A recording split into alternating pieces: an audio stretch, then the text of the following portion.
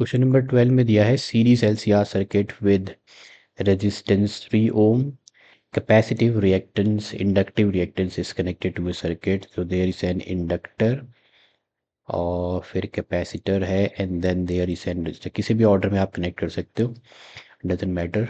तो इंडक्टर की जो इंडक्टिव रिएक्टेंस है दैट इज 8 ओम, कैपेसिटर की कैपेसिटिव रिएक्टेंस 4 ओम, रजिस्टर की रेजिस्टेंस है 3 ओम।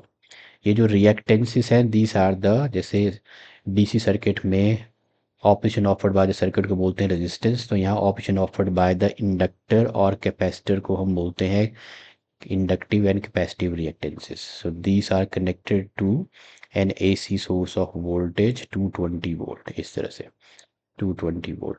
अब रजिस्टर में जो करंट है, यहाँ पे जो रजिस्टर है इसमें करंट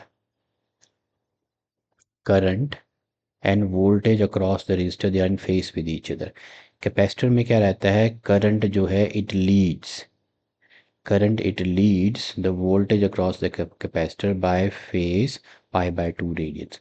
इसमें क्या रहता है, इसमें वोल्टेज लीड करती है, इंडक्टर में वोल्टेज लीड करती है by the current by face angle pi by 2।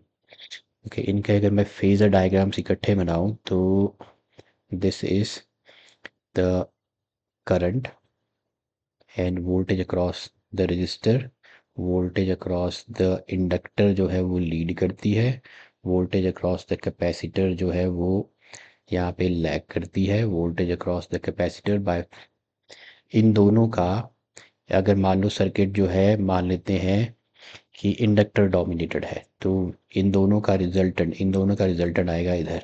Let's say this is V L minus V C, इन दोनों का रिजल्टेंट इधर लिख देते हैं V L minus V C.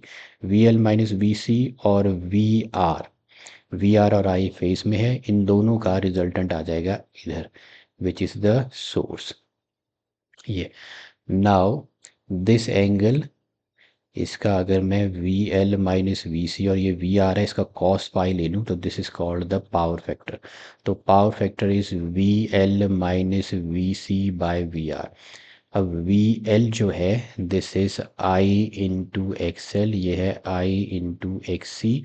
V R जो है this is I into R, I cancel हो जाएगा, सॉरी कॉस पाई इधर आ जाएगा आपके पास, ये मैंने गलत ले लिया, this is V R by, ये आ जाएगा V R, this is base by, this is base, cos phi is called the power factor, जो कि है base by the hypotenuse.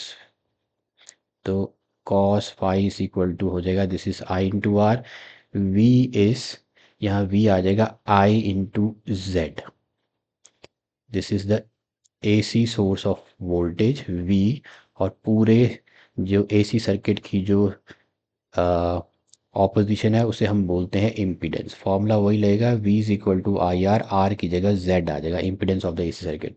Register के लिए तो V R is equal to I into R रहेगा, ये कट गया, इससे हम बोलते हैं पावर फैक्टर, बस यही आपको निकालना है, this is called the power factor. So coming back to the question, question में आपसे पूछा है पावर फैक्टर, तो पावर फैक्टर को हम लिखते हैं cos of 5 which is equal to R by Z. Z is the impedance. So a resistance is given. Resistance इसमें दे रखी है which is 3 ohm. So 3 और impedance हम निकालते हैं R square plus XL minus XC the whole square. So this is 3, ये आ गया 9 XC minus XL. XC minus XL हो जाएगा -4 का स्क्वायर हो गया 16. So this is 3 under root of 25 is 5 which is 0.60. So 0.60 जो है वो पावर फैक्टर है. So here the correct option is D, which is the power factor 0.60.